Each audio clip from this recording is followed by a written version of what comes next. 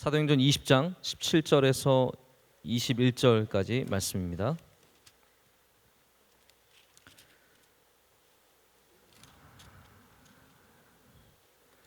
우리 5절의 말씀인데 한 절씩 교독하시고 21절 말씀은 다 함께 읽겠습니다. 바울이 밀레도에서 사람을 에베소로 보내어 교회 장로들을 청하니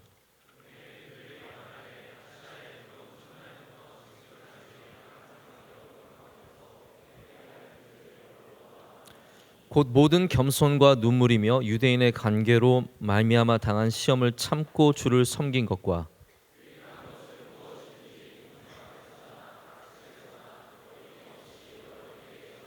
다 같이요. 유대인과 헬라인들에게 하나님께 대한 회개와 우리 주 예수 그리스도께 대한 믿음을 증언한 것이라. 아멘. 제가 요즘에 해외에 나가면 많은 해외 교회 지도자들이 한국 교회에 관심을 갖고 묻는 질문이 있어요. 한국 교회가 요즘 어떠냐라고 묻습니다. 제가 뭐 거기에 대해서 대답을 잘 드릴 수 있는 입장은 아닌데 제가 한국 교회 상황에 대해서는 좀 가끔씩 설명을 합니다. 대부분의 해외 지도자들은 한국 교회가 여전히 굉장히 부흥의 불길 속에서 크고 있고 성장하고 있고 뜨겁다라고 생각을 많이 하시는데 저는 좀 충격적인 얘기를 하죠. 요즘에 대학생들, 입학생들의 옛날에 저희 때만 해도 입학생들 중에서 글쎄요 한 15% 20%는 넉넉히 기독교인이었다라고 한다면 지금은 우리가 조심스럽게 추측하기는 약 5%가 그리스도인입니다. 대학교 들어간 학생들 중에서 약 5%를 우리가 그리스도인으로 봅니다. 게다가 인구 지금 여러분 굉장히 두 가지 상황이자 하나는 뭐냐면 에이징 소사이티라고 해서 지금 우리가 나이가 고령화되는 사회가 되었고 동시에 아이는 태어나지 않는 그런 굉장히 급격한 아주 심각한 양쪽의 상황이 함께 우리를 조여오고 있거든요. 제가 오늘도 영광여고 교장 선생님이 잠깐 오셔서 배웠는데 20년 전에 영광여고가 학생이 1,300명이었대요. 근데 지금은 600명이래요. 그러니까 이거는 단순히 영광여고가 잘하고 못하고를 떠나서 그만큼 인구가 줄었다는 얘기예요. 여러분 세대가 줄어들었고 앞으로는 이제 고등부에서 대학부로 올라오는 숫자가 점점 줄어들 겁니다. 중등부에서 고등부로 올라가는 숫자도 줄어들고 여러분 이러한 굉장히 도전이 있는 시대에 특별히 젊은 세대는 더욱더 나의 기쁨과 나의 만족이 중요한 세대에 하나님께 기쁨을 드리기 위해서 또한 그것이 나의 기쁨이 되기도 하지만 하나님의 만족이 되기 위해서 이곳에 나오신 여러분들은 정말 교회를 지킬 뿐만 아니라 믿음을 지킬 뿐만 아니라 하나님의 미래, 하나님께서 우리나라에 허락하신 교회의 미래를 지키는 너무나 귀한 세대라고 저는 분명하게 믿습니다. 다만 바라기는 우리가 마지막 세대가 되지는 않기를 원합니다. 여러분이 마지막 세대가 되지 않기를 원합니다. 이 중에 저와 고등부 같이 있었던 83년생, 84년생들도 제가 지금 아직도 있어요. 네, 아직도 있는 그런 분들도 보게 되고 너무 고개를 숙일 필요 없어요. 아름이 너무 고개를 이렇게 쿡 숙일 필요 없어요. 저와 함께 어쩌면 명성교회의 뜨거운 예배와 함께 부흥을 경험했던 그런 세대들이 여기 많이 있을 거라고 생각합니다. 저는 분명하게 믿습니다. 우리가 마지막이 되지 않을 것을 믿습니다. 오히려 더 뜨거운 예배가 우리 다음 세대에 이어질 것을 믿고 여러분이 그 중간의 역할을 분명하게 지켜낸다면 사명감을 갖고 지켜낸다면 우리나라의 교회의 미래가 분명히 있을 줄 우리 개인적인 명성교회의 미래뿐만이 아니라 우리 대한민국의 교회의 미래가 있는 것을 믿습니다. 자, 그러기 위해서는 우리는 교회의 목적과 교회에 주신 하나님의 우리에게 주신 사명을 분명히 깨달을 줄 알아야 합니다. 왜 우리가 존재하는지. 제가 오늘도 어떤 이렇게 잡지를 보는데 경제 잡지였어요. 거기에 흥미로운 질문이 있었어요. 빌 게이츠한테 누가 그런 질문을 하더라고요. 요즘에 뭐 존재론적인 질문이 유행이라면서요. 나는 꼭 있어야만 하는 존재인가? 이제 그런 질문을 했다는 거예요. 빌 게이츠 당신은 이 세상에 꼭 필요한 존재입니까? 거기에 대해서 이제 빌 게이츠가 대답하는 이제 그런 내용들이 담겨져 있었는데 여러분 교회는 이 세상에 있어야 하는 존재입니까? 네, 그렇습니다. 있어야 하는 존재입니다. 할렐루야. 왜냐하면 교회의 디자이너는 제가 아니에요. 교회를 만드신 분은 바울 선생님도 아니에요. 교회를 만드신 분은 예수 그리스도세요. 우리의 생각으로는 교회가 나올 수 없습니다. 우리의 비전과 우리의 뜻으로는 교회를 만들어낼 수 있는 능력이 없어요. 여러분 고백하시지 않습니까? 창조는 누구의 영역입니까? 하나님의 영역이에요. 창조는 오직 하나님께서만 하실 수 있는, 우리는 만들 뿐이고 재구성할 뿐이지 진정한 창조는 하나님만 하시는데, 교회는 만든 것이 아니라 하나님께서 이 땅에 창조하신 또 다른 창조물입니다. 그렇기 때문에 이 디자이너의 뜻에 맞춰서 우리가 교회를 세워간다면 교회는 그 생명력을 절대로 잃지 않게 될 것입니다. 여러분 이 시대가 얼마나 디자인을 중요하게 생각합니까? 제가 어디 가다 보니까 샵이 있는데 샵 이름이 Designed by Porsche예요. 그냥 다른 게 아니라 포르쉐 디자이너들이 만든 그 제품들을 가져다가, 디자인 때문에 거기 있는 다 제품들이죠. 건물도 디자이너 따라해서 가치가 매겨지는 시대입니다. 우리나라 이제 건축가들도 많이 그래도 세계적으로 진출하고 있는데 여전히 일본만은 못한 것 같아요. 뭐 저도 잘 모르는데 뭐 프리츠커 상이라는 게 있지 않습니까? 건축가상이 받는 상. 일본 사람이 벌써 3사람 받았대요. 올해도 이소자키 아라타라는 분이 받았대요. 여러분 다 알고 우리가 잘 아는 뭐 안도 다다오 같은 분들이 굉장히 유명한 작품들을, 뭐 우리나라에도 제주도나 아니면 산 뮤지엄 같은 산 같은 곳에 안도 다다오 작품들이 굉장히 많이 있거든요. 그거 보러 가는 사람들이 많은 이유는 디자이너가 중요하기 때문이겠죠. 동대문 DDP? 네, DDP 자하 뭐 하디드인가요? 그 이라크 여자분 아니세요? 지금 돌아가셨지만 그분이 만든 작품이기 때문에 가는 거예요. 여러분 교회는 특별한 디자이너가 있는 겁니다. 교회는 하나님의 뜻 가운데 예수 그리스도께서 이 땅에 세우신 가장 아름다운 건물입니다. 할렐루야. 건물만은 아니지만 이 구조가, 이 시스템이 하나님께서 원하시는 그 모든 디자인들이 이 안에 있다라는 것이죠. 그것을 우리가 바로 알고 깨달으려면 예수님께서 하신 일들이 무엇인가를 잘 봐야 합니다. 여러분 예수님께서 이 땅에 오셔서 하신 일들이 무엇일까요? 우리가 크게 그거를 3가지라고 얘기합니다. 뭐 더 많은 이야기들이 있겠지만 크게 말하자면 3가지예요. 뭐냐면 가르치시고, 그리고 치료하셨고, 그리고 복음을 전파하셨습니다. 이 3가지 일을 통해서 주님께서 사역을 하셨기 때문에 우리도 이 3가지 일을 이어가야 합니다. 우리가 해야 되는 것이 무엇입니까? 복음 선포. 우리는 끊임없이 세상에 나가서 복음을 선포해야 합니다. 오늘 바울 이야기를 읽으면서 제가 이 말씀을 드리는 이유는 바울이 한 사역을 보세요. 바울이 한 게 딱 그거예요. 바울은 내가 잘났으니까 내가 무엇을 하겠다는 게 아니에요. 바울의 사역은 예수님이 하신 일들을 그대로 regenerate, 그걸 바로 똑같이 만들어서 더욱더 풍성하게 만들어가는 일을 했던 것이죠. 초대교회가 그런 일을 했고, 그리고 우리 명성교회가 앞으로도 해야 하는 일이 있다면 바로 예수님께서 행하신 일들을 우리는 끊임없이 이어가야 된다는 것입니다. 뭐 우리의 아이디어 그거 좋아요. 창조성을 갖고 일하는 것도 참 좋은데, 우리의 상상력을 펼치는 것도 좋은데, 그 기초는, 그 기본은 반드시 예수님께서 행하신 일들이 되어야 합니다. 가르치시는 일. 여러분 교회가 여러분 이미 믿음을 갖고 있는 여러분에게 해야 되는 것이 무엇입니까? 가르치는 일이에요. 예수님도 끊임없이 제자들을 가르치셨어요. 여러분 가르치고 배우는 가운데 성장합니다. 할렐루야. 멈추지 마십시오. 얼마나 교회를 오래 다녔든 많은 것을 알든 여러분들은 끊임없이 말씀을 배우고 그 말씀 속에서 자라나야 합니다. 그리고 또한 우리는 연약한 자들을 돌보는, 치료하는, 그들을 품는 이런 일들을 계속해야 된다는 것이죠. 사람을 세우는 것도 그렇습니다. 하나님께서는 사람을 세우시는 분이시죠. 여러분 그걸 보시지 않습니까? 성경의 내용을 보세요. 하나님이 행하시는 일들이지만 하나님은 무엇을 통해서 일하시냐면 사람을 세우셔서 일하십니다.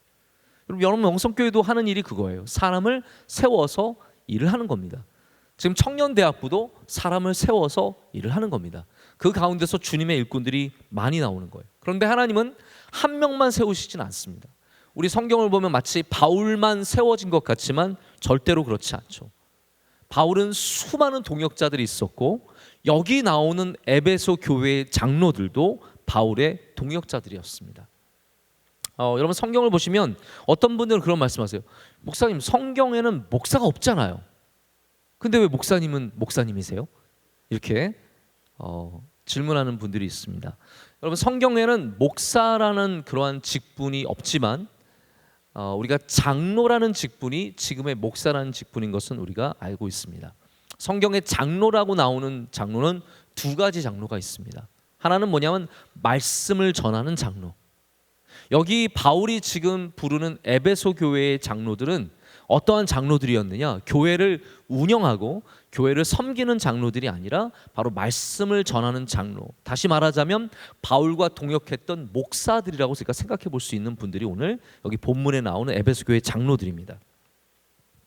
그리고 여러분 그 장로들뿐만 아니라 교회를 섬기는 자들이 바로 특별한 위치를 갖게 되면 장로가 되었습니다. 저는 오늘 이 말씀이 우리 목회자들에게만 필요한 말씀이 아니라 우리 교회를 섬기는, 그리고 봉사의 자리가 아닐지라도 교회를 사랑하고 섬기는, 그리고 예수 그리스도가 꿈꾸시는 교회를 이루기 위해서 지금도 주님의 사역을 이어가는 여러분이라면 다 들어야 하는 말씀이라고 믿고 여러분에게도 바울의 이야기를 다시 한번 전하고자 합니다. 바울은 우리에게 오늘 제가 길게 설교할 것 같진 않고요. 세 가지 이야기를 하고 싶은데 바울이 보여준 사역의 모습을 통해서 우리가 꿈꿔야 할 사역의 자세, 그래서 참된 섬김의 모습이라는 제목으로 제가 말씀을 정하고 여러분과 세 가지 이야기를 해보고자 합니다. 자, 우선 바울이 장로들에게 무슨 말을 했는지가 참 중요하죠. 19절을 한번 보겠습니다. 19절을 보면 바울이 뭐라고 얘기하냐면 곧 모든 겸손과 눈물이며 유대인의 간계로 말미암아 당한 시험을 참고 주를 섬긴 것과 라고 되어 있습니다.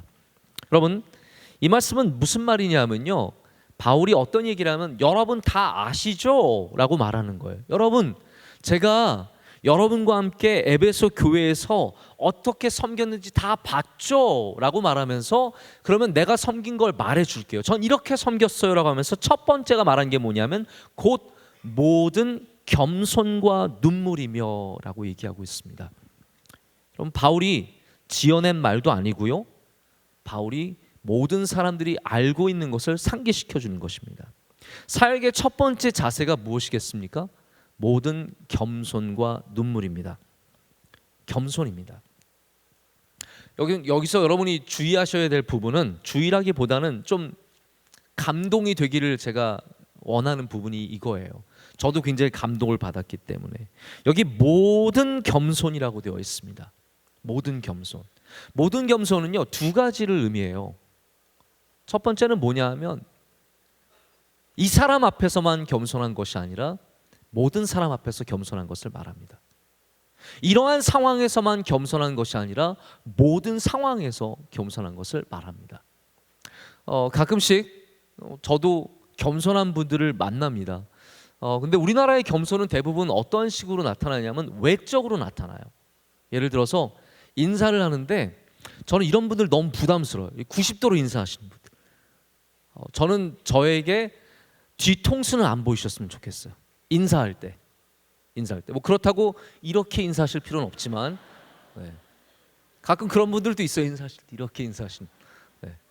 근데 너무 지나치게 머리를 숙이시는. 근데 저는 그런 분들한테 묻고 싶어요. 당신은 다른 사람에게 가서도 그렇게 인사하십니까? 여러분, 우리가 일관성이 있어야 합니다. 어떤 부분에 일관성이 있어야 하면 겸손이라는 부분에 일관성이 있어야 합니다. 주님의 백성들은 나보다 높고 나보다 능력 있고 나보다 힘 있는 사람들 앞에서만 겸손한 것이 아니라 나보다 어린 사람들 앞에서도, 나보다 연약한 사람들 앞에서도, 나보다 부족한 사람들 앞에서도 겸손함을 갖는 것입니다. 여러분, 똑똑한 사람들은 겸손할 줄 압니다. 조금 덜 배운 사람들이 큰 소리를 내고 많은 소리를 내죠. 똑똑한 사람들은, 정말로 배운 사람들은 아무 데서나 막 이야기하지 않습니다. 말하는 것에 있어서 겸손을 갖고 있습니다. 근데 겸손은, 모든 겸손이라는 말은 이렇게 모든 부분에서 모든 사람 앞에서의 겸손도 있지만 또 다른 의미를 갖고 있습니다. 이 단어 모든이라는 단어는 다르게 번역하자면 크다라는 단어예요. 바울은 어떠한 겸손을 가졌냐면 큰 겸손의 모습을 가졌습니다. 여러분, 저도 여러분에게 이러한 겸손이 있기를 진심으로 축복합니다. 그냥 겸손한 게 아니라 큰 겸손을 가져보세요. 강한 겸손, 모든 부분에서 겸손한 그런 능력을 가졌으면 좋겠습니다. 겸손은 불만이 가득 찼지만 억지로 하는 게 아닙니다. 내가 지금은 하지만 올해만 지나면 끝이야. 이거는 겸손의 자세가 아닙니다. 내가 당신 말을 듣지만 내가 당신보다 높아지면 끝이야. 이거는 겸손의 자세가 아니라는 거죠. 제가 금요일날 새벽에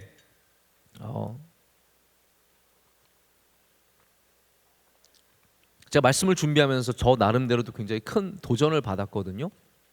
마태복음에 예수님께서 22장인 것 같아요. 22장에 예수님께서 비유를 이렇게 하시는데 그 비유의 내용이 뭐였냐면, 여러분 다 금요일날 새벽에 나오셨겠지만 다시 좀 들어주세요. 금요일날 새벽에 제가 이 말씀을 묵상하면서 이거는 좀 더 준비해서 낮 예배 때 나눠도 괜찮겠다는 생각을 가졌었거든요.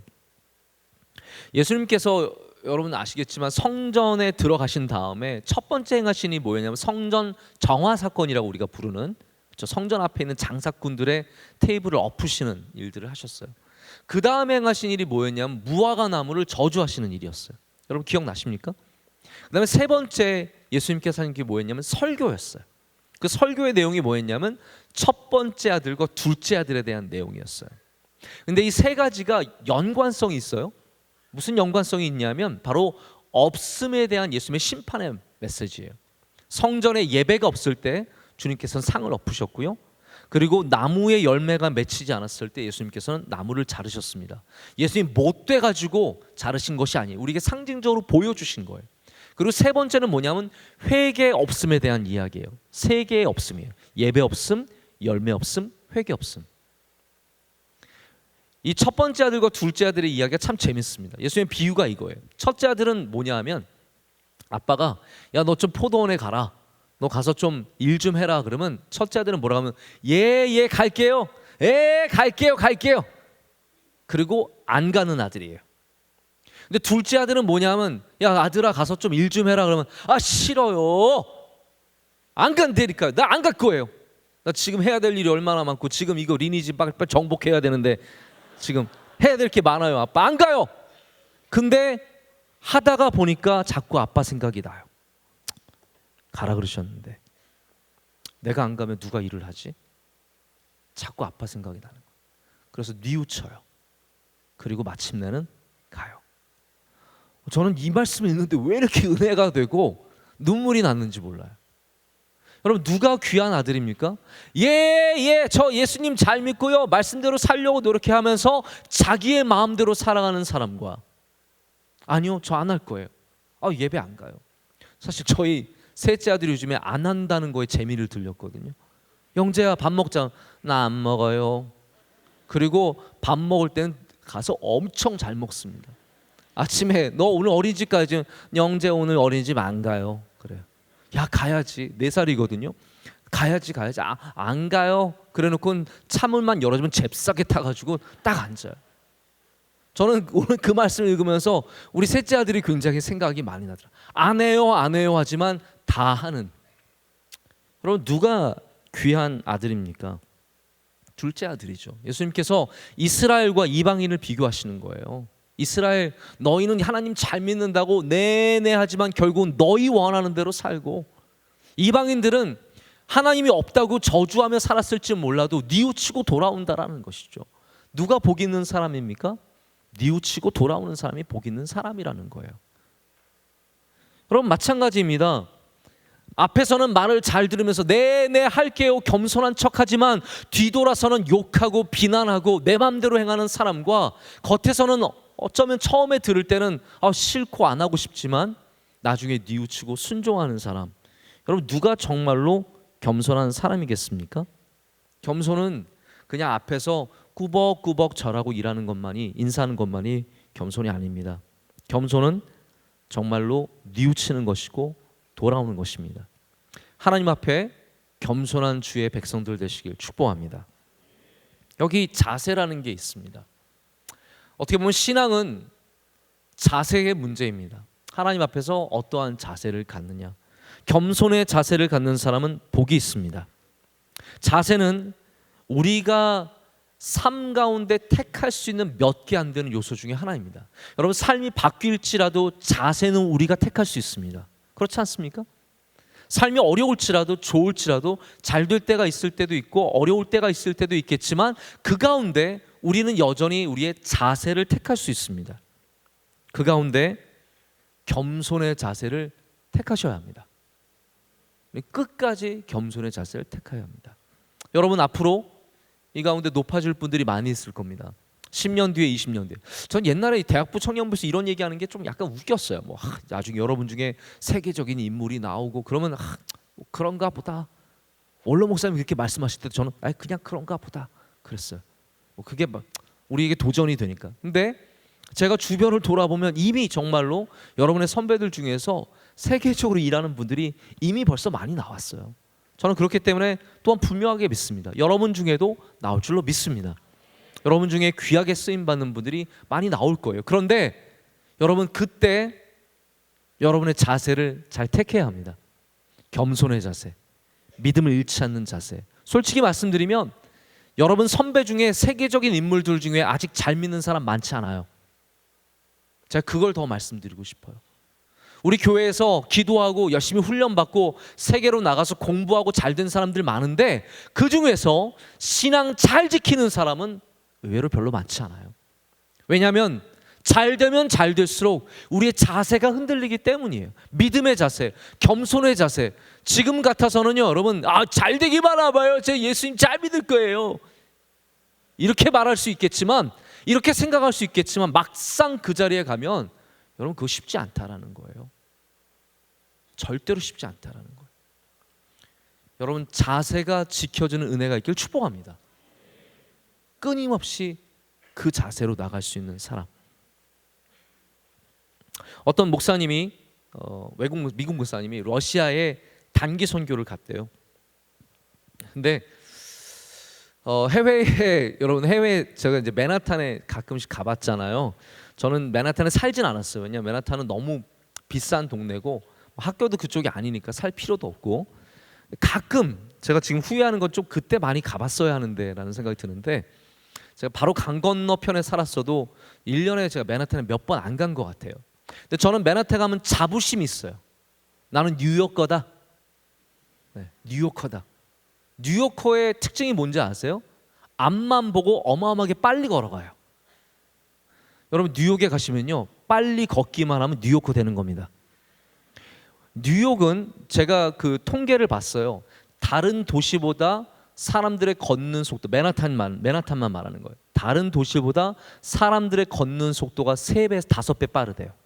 실제로 그래요. 뉴요커들은 그냥 앞만 보고 딱 가방 메고 막 걸어가요. 근데 그 중에 미시시피에서 온 애들은 이러고 다녀요. 알라바마에서 온 애들은 막 이러고 다녀요. 특별히 더 관광객인 걸 알 수 있는 사람은 백팩을 앞으로 메고 있는 사람들. 이렇게.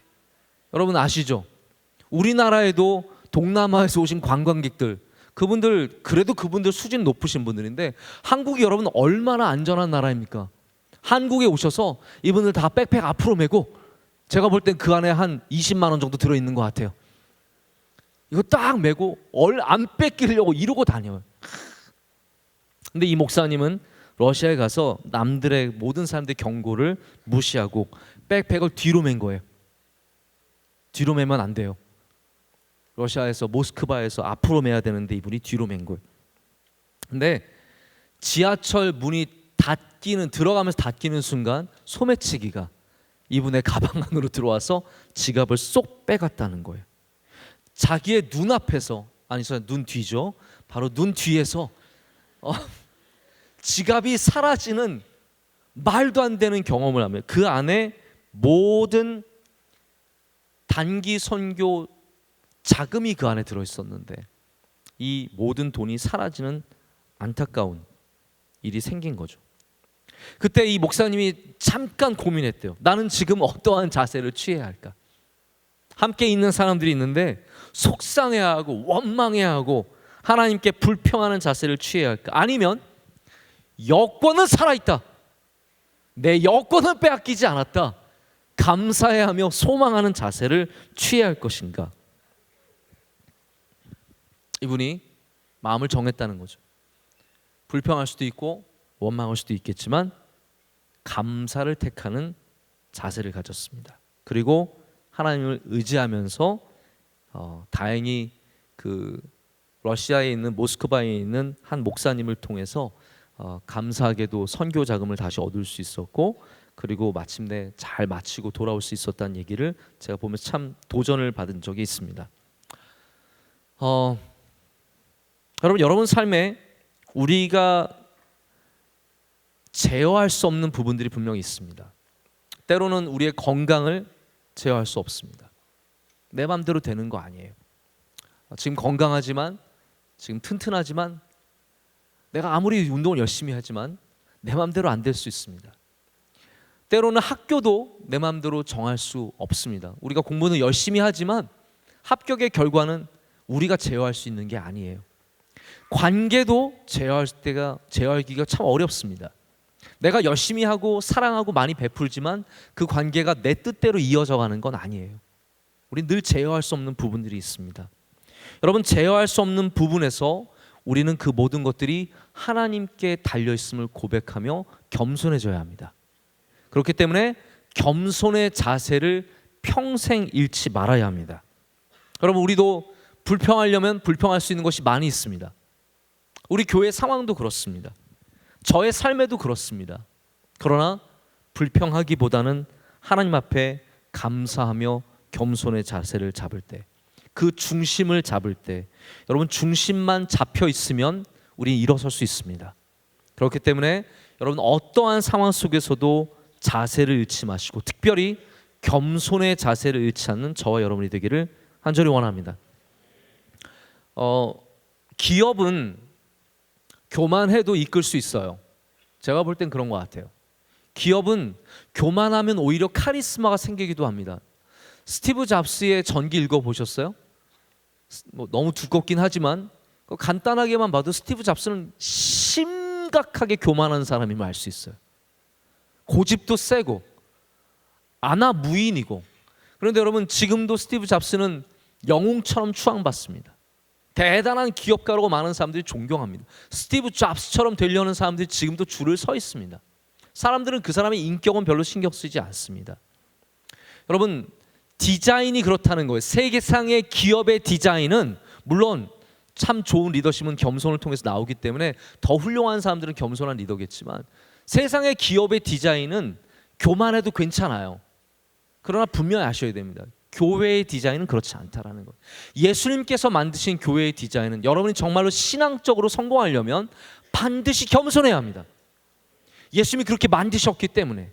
그래서 바울이 예수님 만드신 그 디자인에 맞는 교회를 자신의 겸손을 통해서 세워가는 거예요. 그래서 교회는 아무리 잘났어도 교만하면 존경받을 수 없습니다. 아무리 훌륭한 목회자가 승승장구해도 결국은 그 사람의 교만이 있다면 그 교만으로 말미암아 그 모든 쌓았던 것은 무너질 수밖에 없습니다. 제가 처음에 목회를 배울 때 나름 도전을 받았던 교회가 있어요. 그 당시 굉장히 뜨던 교회예요. 시애틀 쪽에 마르스 힐이라는, 이 마르스 힐은 우리나라는 잘 쓰지 않는데 이게 아레오바고일 거예요 아마. 아레오바고, 그거를 이제 영어로 번역하면 마르스 힐이라고 되는 것 같아요. 이 사도행전에 나오는 중요한 장소죠. 마르스 힐이라는 교회가 있었는데 제가 목회를 배우면서 이 교회 웹사이트를 가보니까 너무 도전이 되는 게 많은 거예요.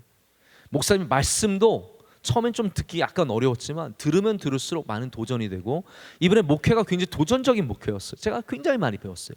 근데 한 번은 미국 교회 웹사이트에 이런 교계 웹사이트에 이분의 이야기가 올라왔는데 난리가 났어요. 왜냐하면 이분이 저는 몰랐는데 이분 교회에서 너무나 억압적으로 그리고 교만하게 목회를 하고 계셨던 거예요.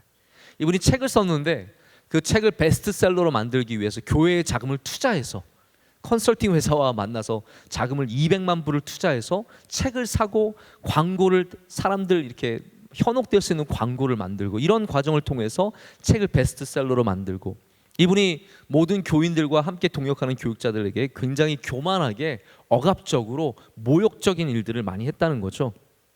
결국 이 정말 잘 나가던 교회 마을스힐 교회 그리고 이 교회 목사님 마크 드리스콜이라고 하는 목사님이었는데 이 드리스콜 목사님은 자리에서 물러났어요. 그러니까 파면당했어요. 다른 교회로 가셔서 조용히 목회를 하셨고 이 교회도 더 안타까운 것은 이 교회도 마을스힐이라고 하는 정말 시애틀에서 획기적인 목회를 했던 교회도 지금은 사라졌어요. 이런 말 표현이 폐업했어요. 폐업. 문을 닫았어요. 여러분 그렇습니다. 교만한 사람 한 명이 있었던 교회인데 그 교만으로 인해서 교회가 문을 닫을 수 있어요. 근데 이게 예수님의 디자인에는 맞는 이야기예요. 왜냐하면 교회는 교만하면 안 되니까. 할렐루야. 여러분 분명히 아셔야 됩니다. 교회는 교만하면 되지 않습니다. 그 목회자만 무너지는 것이 아니라 교회도 무너질 수밖에 없다는 것이죠. 여러분 우리 명성교회가 우리 뉴스홍 제이가 끝까지 지켜야 하는 자세가 있다면 우리 겸손의 자세여야 합니다. 여러분, 세상 끝날까지 주님 오시는 그날까지 우리는 겸손한 교회가 되어야 합니다. 두 번째는 예수님을 믿는 사역자들은 용기가 있어야 합니다. 저는 여러분들이 용기 있는 사역자들이 되시길 축복합니다. 우리 20절 말씀 다시 한번 볼게요. 20절 후반부에는 이렇게 되어 있습니다. 20절부터 제가 쭉 읽을게요. 유대인의 간계로 말미암아 당한 시험을 참고 주를 섬긴 것과 20절 유익한 것은 무엇이든지 공중 앞에서나 각 집에서나 거리낌이 없이 여러분에게 전하여 가르치고. 아멘. 자, 아까 전에도 제가 가르치는 것이 교회의 사명이다라고 말씀을 드렸는데요. 그 가르치는 사역 위에 우리가 필요한 자세가 있습니다. 그것은 바로 거리낌 없이 용기 있게 바로 가르치는 일입니다. 바울은 수많은 적들을 만났고 교회 안에서도 많은 적들이 있었고 그를 어렵게 하는 사람들이 있었고 그의 목회를 힘들게 하는 수많은 세력들, 유대인, 헬라인들, 로마 사람들, 별의별 사람들이 다 있었는데 평생에 바울이 잊지 않은 자세가 있습니다. 겸손과 더불어 잊지 않은 자세는 바로 용기입니다. 여러분 예수님을 믿는 일은 용기가 필요한 일이고 그리고 예수님을 전하는 일은 더욱더 많은 용기를 필요한 일입니다. 용기 있는 주의 제자들이 되시길 축복합니다. 제가 이번에 찾아간 데브레첸에 있는 헝가리 데브레첸에 있는 교회는 그 앞에 정말 아름다운 공원과 함께 큰 비가 세워져 있어요. 그 비는 언제 세워졌냐면 제가 이 역사 이야기를 아마 내일도 어쩌면 하게 될지도 모르는데 종교 개혁이 있은 다음에 우리가 레포메이션이라고 하죠. 반 종교 개혁이 있었어요. 카운터 레포메이션이라는 게 있었습니다. 이거 뭐냐면 카톨릭들이 다시 개신교 지역을 점령하면서 개신교 교회를 탄압하고 그들을 어렵게 하는 일들이었어요. 오스트리아가 헝가리 바로 옆에 있는 나라거든요. 오스트리아는 합스부르크라는 왕조가 있었어요. 이 합스부르크는 카톨릭이에요. 헝가리는 그때 당시에 개신교였어요. 그래서 오스트리아가 쳐들어오면서 부다페스트까지는 점령을 했는데 데브레첸까지 점령을 하면서 그 교회에 있는 개혁교회, 그 지역에 있는 개혁교회 목사님들을 다 너희들 개혁교회를 포기해라. 너희 개혁교회 신앙을 포기해라. 아니면 추방이다 라고 했어요. 그때 그 모든 목사님들이 믿음을 지키기 위해서 개종, 다시 카톨릭으로 개종한 것이 아니라 추방당했어요. 그때 추방당한 목사님들의 이름 그 데브레첸에서 써서 이렇게 다시 비로 만들어놨어요. 그리고 다시 데브레첸이 오스트리아 왕조를 쫓아내면서 다시 개신교회로 완전히 뒤덮이게 된 거죠. 1992년도인가 1년도에 요한 바오르 2세가 데브레첸에 왔을 때 그 교회에 와서 바로 그들의 선조들이 했던 개신교를 탄압했던 것을 사과하고 그 비석 앞에서 꽃을 헌화한 것들을 지금까지 기록을 하고 기억을 하고 있더라고요. 여러분, 예수님을 믿는 일은 사실 대단한 용기를 필요로 하는 일입니다. 우리 신앙을 지키는 일은 우리가 데브레첸과 같이 그곳에서 너의 신앙을 포기하라는 그런 억압을 받지 않지만 아마 이 시대를 살아가는 우리 모두라면 다 공감할 이야기일 거예요. 우리 신앙을 향한 수많은 억압과 수많은 방해가 있습니다. 저는 바라기는 우리 뉴송의 젊은이들이 용기 있는 주님의 제자들이 되었으면 좋겠습니다. 여러분의 믿음에 대해서, 신앙에 대해서 용기 있게 말할 수 있는, 식당에서 우리가 남에게 피해가 되도록 큰 소리로 기도할, 아마 제 생각에 10년 전만 해도요, 요즘 그런지 모르겠는데 우리 교회 어디 가면은 다 일어서서, 식당에서도 일어서서 기도했어요. 요즘은 안 그러죠. 좀 요즘에 혹시 원래회 할 때 이 지역에 있는 식당 가서 혹시 부장 집사님이 일어나가지고 우리 다 같이 기도합시다. 사람들 많이 앉아 있는데 막 우리는 이게 어떻게 하지 하는데 우리 다 같이 주여 삼창하시고 기도합시다. 혹시 그런 분 아직도 계세요? 저희 땐 그랬어요. 20년 전에는 여기 원래회로 가면은 부장 집사님이 자, 우리 예배 다 마쳤는데 식사하기 전에 주여 삼창 통성으로 기도하고, 분식집에서 통성으로 기도하고 떡볶이 시켜서 뭐 같이 먹고. 여러분, 우리는 이제는 더 이상 피해는 주지 않아요. 예전에는 저도 늘 너무 부끄러웠던 것이 공항에서 늘 기도했던 기억이 나요. 공항에서 그때 별것도 아닌데 저 이제 다시 미국 가는데 막 부모님도 오시고 권사님도 오시고 장로님도 오신 다음에 우리 기도하고 가자고. 그래서 공항에서 막 무릎 꿇고 기도하고 막 그랬던. 단기 선교 가는 게 아니에요. 그걸 아셔요. 단기 선교 가는 게 아니라 방학에 왔다 그냥 다시 돌아가는 그때. 지금은 그래도 우리 조용히 보내줄 줄 알잖아요. 근데 여러분, 식당에서 밥을 앞에 놓고 기도하십시오. 축복합니다. 용기 있는 그리스도인이 되십시오. 식당에서 밥을 앞에 놓고 기도하십시오. 차에 타서 핸들을 잡고 기도하십시오. 아침에 학교에 도착해서 책을 펴놓고 기도하십시오. 직장에서 아침에 일찍 도착해서 늦게 지각한 다음에 좀 그러지 좀 말고, 네. 지각해서 막 회의가 시작되어 있는데 저 잠깐 기도 좀 하고요. 하나님 아버지, 오늘도 무사히 도착하게 해주셔서 감사합니다. 조금밖에 안 늦게 해주셔서 감사합니다. 그러지 말고 일찍 가서 정말 말씀을 읽고 기도하는 용기 있는 그리스도인이 되십시오. 우리는 용기를 갖고 말씀을 전해야 하고 복음을 전하고 가르치고 거리낌 없이 살아가야 합니다. 피해는 주지 않아야죠. 그러나 우리의 신앙을 고백하는 것에 있어서 용기 있는 그리스도인이 되어야 합니다. 여러분을 통해 다른 그리스도인이 도전을 받게 될 것입니다. 여러분, 저는 분명하게 믿습니다. 바울을 통해 수많은 그리스도인들이 도전을 받았을 것입니다. 거리낌 없이 복음을 전하는 것에 도전을 받았을 것입니다. 수많은 환난과 핍박 속에서 복음을 지킨 것에 도전을 받았을 것입니다. 여러분이 이 세상을 바울과 같은 자세로 살아간다면 여러분을 통해서 수많은 숨어있는 그리스도인들이 도전을 받고 믿음의 귀함을 얻게 될 줄로 믿습니다.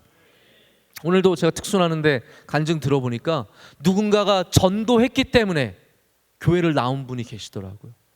여러분, 이 시대가 전도가 멈춰지는 시대가 되어서는 안 됩니다. 전도는 이어져 가야 합니다. 제가 목요일날 오후에 돌아왔는데 금요일날 저녁에 세례식이 있기 때문에 제가 맞춰서 일찍 돌아왔어요. 세례식을 베푸는 가운데 우리 어린 학생들이 입교받는 것도 좋아요. 부모님이 유아 세례 주셔서 지금 입교받는 것도 좋은데 저는 세례 받는 분들 만날 때 감동이 있어요. 100명이 넘는 그분들 세례 한 분 한 분 줄 때마다 놀라운 성령님의 임재하심을 경험해요. 그 중에는 90세 되신 할머니도 받으셨어요. 90세 된 할머니가 두 분이나 받으셨어요. 87세 할머니가 한 분. 제가 나이 다 물어봤어요. 몇 세세요? 그러면 잘 모르시는 할머니도 계세요. 잘 계산이 안 돼가지고 나는 39년생인데. 여러분, 나이 드신 분도 받으시지만 젊은 분도 받으셨어요.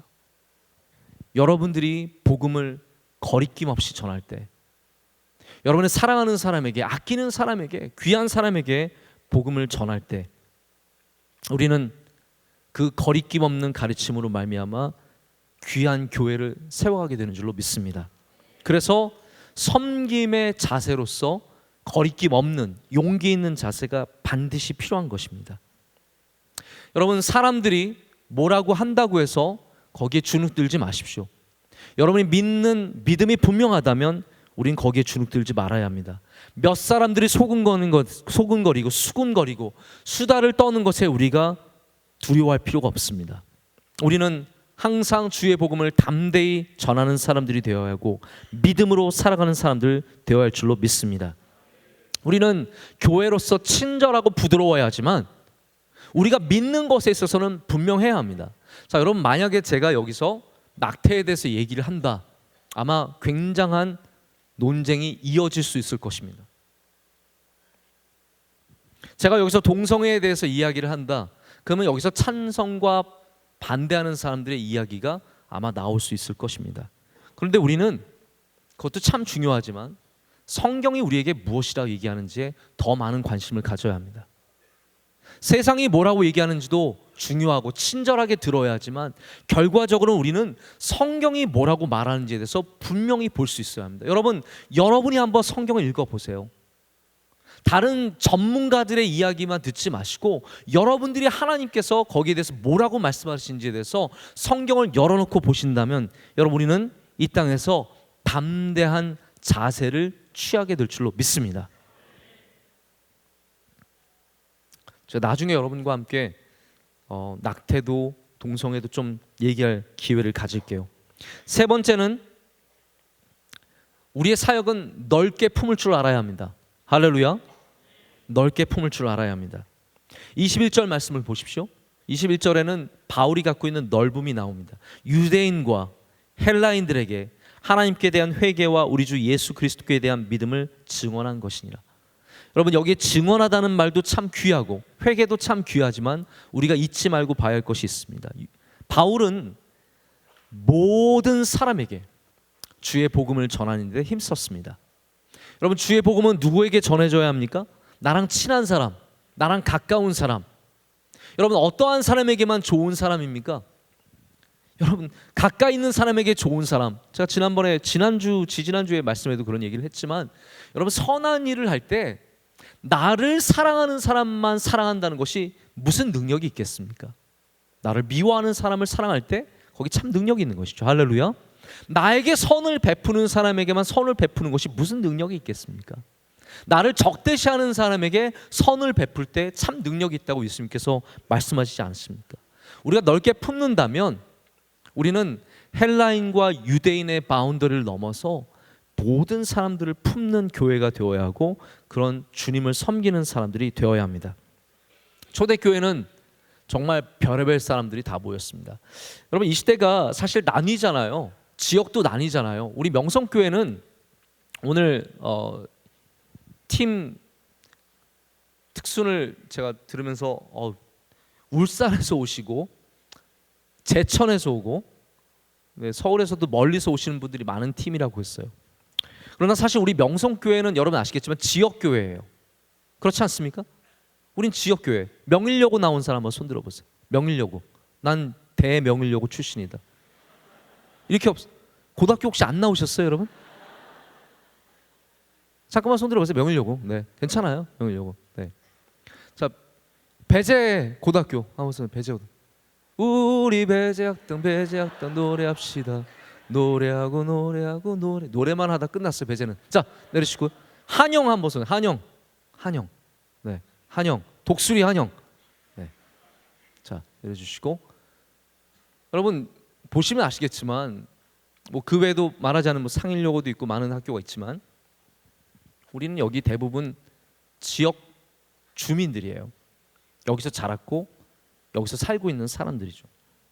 그런데 우리나라는 지역별로 뭐 어느 나라도 비슷하겠지만 부도 나뉘고 많은 것들이 나뉩니다. 이 세상은 나누는 곳이에요. 강남과 강동이 나뉘고 송파와 강동이 나뉘고, 그래서 때로는 자녀들 잘 되게 하려고 강남으로 이사 가시는 분들도 많이 있습니다. 요즘에는 시집 장가가기 위해서 주소를 강남에 어디 사냐고 하면 강남구라고 쓰기 위해서 가시는 분들도 있다고 하더라고요. 여러분 그런 거 보고 가지 마십시오. 강동구에 있어도 좋은 사람 많습니다. 아멘. 하남에 살아도 좋은 사람 많습니다. 할렐루야. 교회는 세상은 나누지만, 성적으로 나누고 부로 나누지만, 교회는 나누는 곳이 아니라 연합하는 곳입니다. 여러분 우리 명성교회는 연합하는 교회입니다. 여러분들도 연합의 사역을, 그 섬김을 하시는 분들이 되시길 축복합니다. 그룹이 되셨으면 연합해야 합니다.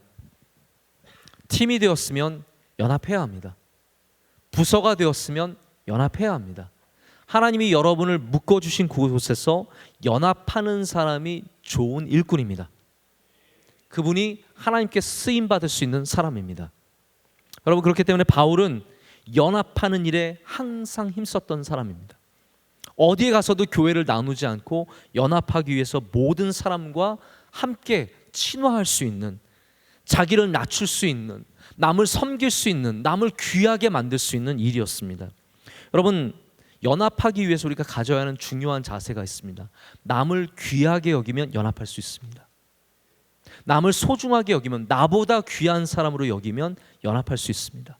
그러나 나보다 낮은 사람, 나보다 부족한 사람, 나보다 형편없는 사람, 안 만나도 괜찮은 사람으로 여기면 우리는 저 사람 없이도 갈 수 있는 겁니다. 제가 언젠가 교회에서 한번 우리 예배 때 그런 얘기 했어요. 미국 군대의 정신이 Leave no man behind라고 말씀을 드린 적이 있습니다. 병사 남겨두지 않고 한 명이라도 포로로 잡혔으면 끝까지 가서 데려와서 함께 가는 것이죠. 여러분 우리 명성교회는 아까 손잡고 가세 그 불렀잖아요. 네? 우리는 손잡고 가야 합니다. 할렐루야. 우리는 손잡고 끝까지 같이 가야 합니다.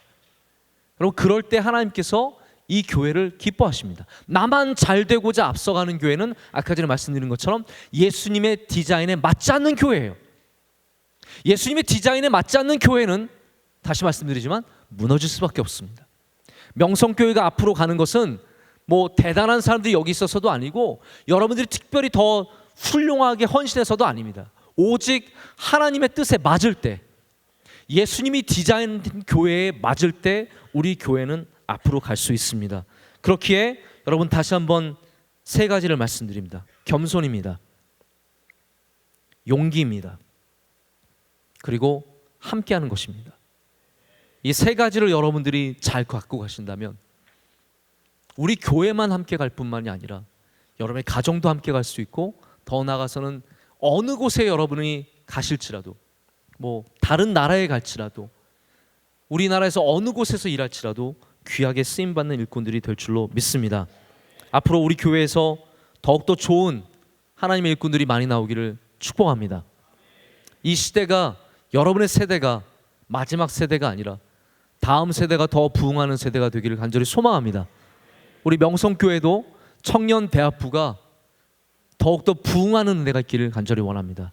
제가 작년에 우리 청년대학부 임원단 모아서 제가 그런 얘기했어요. 우리 올해는 부흥이라는 단어 쓰지 말자. 여러분 기억하십니까? 제가 아마 청년대학부 우리 모아서 그런 얘기 했던 것 같아요.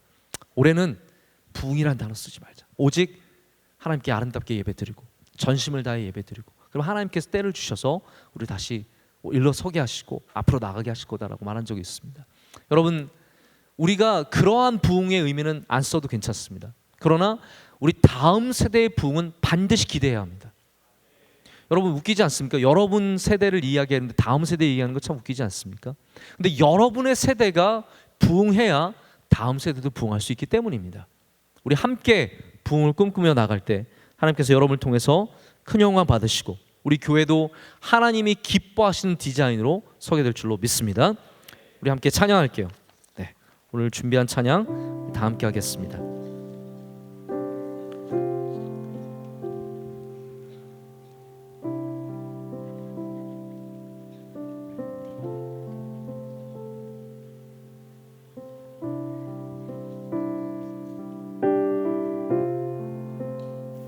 내 안에 살아계신 주 함께 찬양합니다. 내 안에 살아계신 주 나 따르기 원해. 그 성 따라 살기를 나 간절히 원해. 헛된 것을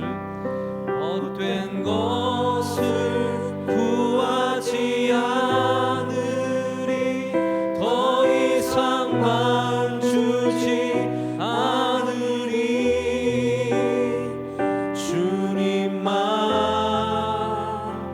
항상 섬기며 그 영광 안에 살리. 주님만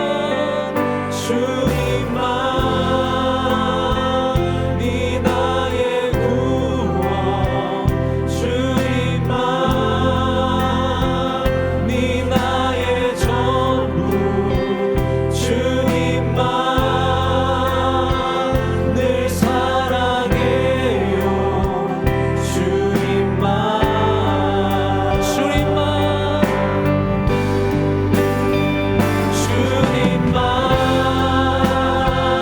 네 나의 구원. 주님만 네 나의 전부. 주님만 늘 사랑해요. 주님만. 다시 한번 합니다. 내 안에 살아계신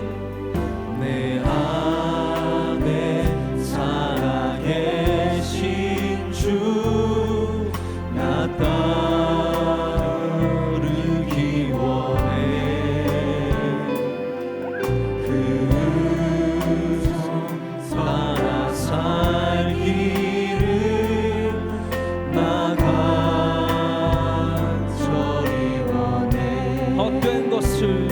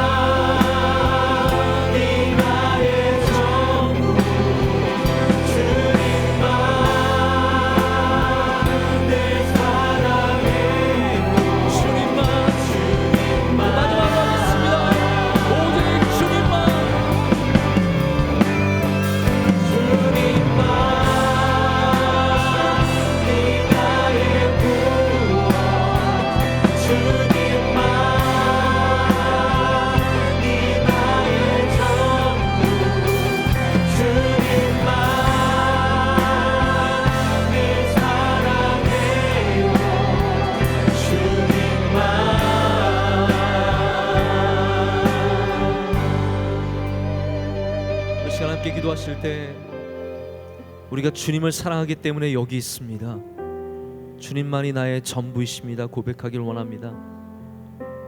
여러분, 교회 생활 잘하는 게 뭡니까? 주님 사랑하는 것입니다. 우리가 어떻게 청년대학부를 지킬 수 있습니까? 주님 사랑하는 것입니다. 우리가 어떻게 주님의 뜻과 마음을 알 수 있겠습니까? 주님 사랑하는 것입니다. 주님을 사랑할 때 우리 하나님께서 기뻐하시는 겸손의 모습이, 참된 용기의 모습이, 그리고 품는 우리 그 아름다운 모습이 다 있게 될 줄로 믿습니다. 이 시간 기도할 때 주님 더욱 사랑하게 하여 주시옵소서. 주님 더 의지하게 하여 주시옵소서. 하나님, 그래서 내 안에 하나님이 기뻐하시는 교회의 모습, 겸손의 모습이 있게 하여 주시고, 내 안에 하나님께서 기뻐하시는 교회의 모습, 바로 인내와 참음과 하나님이 기뻐하시는 모습이 있게 하여 주시옵소서. 용기를 더하여 주시옵소서. 이 세상에서 믿는 자의 모습을 갖고 살게 하여 주시옵소서. 하나님, 더 많은 사랑들을 품고 나아가게 하여 주시옵소서. 우리 두 손 들고 주의 삼창하고 기도하겠습니다. 주여, 주여, 주여.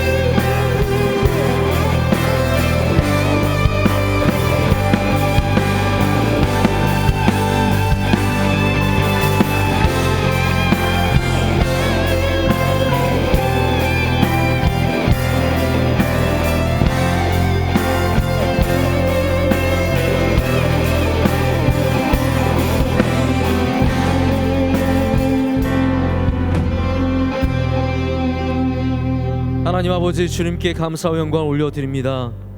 하나님, 시대는 토요일이 젊은이들의 기쁨이 되는 시간이지만 하나님, 우리는 이 예배를 지킵니다. 하나님의 기쁨이 되는 시간이 되기를 간절히 소망합니다. 하나님, 주님 오시는 그날까지 지키게 하여 주시옵소서. 하나님, 믿음을 지키는 주의 자녀들에게 은혜 내려 주시옵소서. 주님을 사랑한다고 고백하는 주의 자녀들에게 능력을 더하여 주시옵소서. 하나님, 우리가 다윗같이 되기를 원합니다. 다윗 같은 왕이 아니라 다윗처럼 하나님 사랑하기를 간절히 소망합니다. 하나님, 우리가 마리아처럼 되기를 원합니다. 예수님 발 앞에 엎드려 주의 말씀을 경청하고 주의 발에 기름 부어드리는 마리아 되기를 원합니다. 하나님, 우리 교회에 수많은 다윗과 마리아가 나오게 하여 주시옵소서. 주님 사랑하는 주의 자녀들이 여기서 많이 나오게 하여 주시옵소서. 하나님, 그래서 이곳에 성령의 기름을 부어주시며 주의 능력의 손으로 붙잡아 주시오며 부흥이 있게 하여 주시오며 뜨거운 예배가 되게 하여 주시옵소서.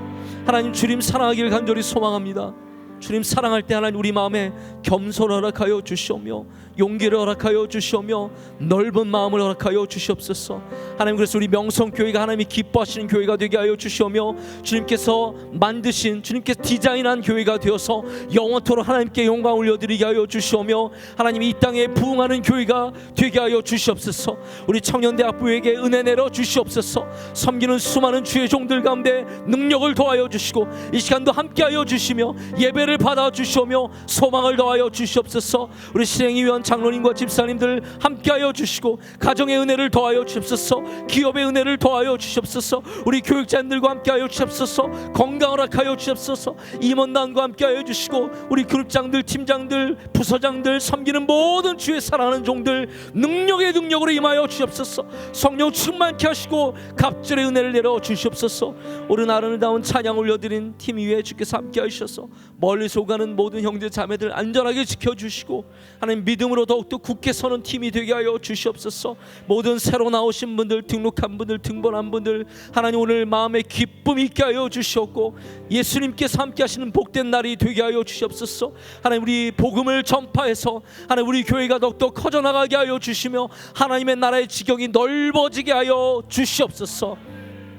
이제는 우리 주 예수 그리스도의 크신 은혜와 하나님 아버지의 영원하신 사랑과 성령님의 함께하시며 임재하심이 주님 앞에 나와 겸손한 예배를 올려드리는 주의 모든 사랑하는 뉴송제의 모든 백성들 가운데, 주의 젊은이들 가운데, 섬기는 모든 분들 가운데 이제로부터 영원토록 함께하시기를 간절히 축원하옵나이다. 아멘.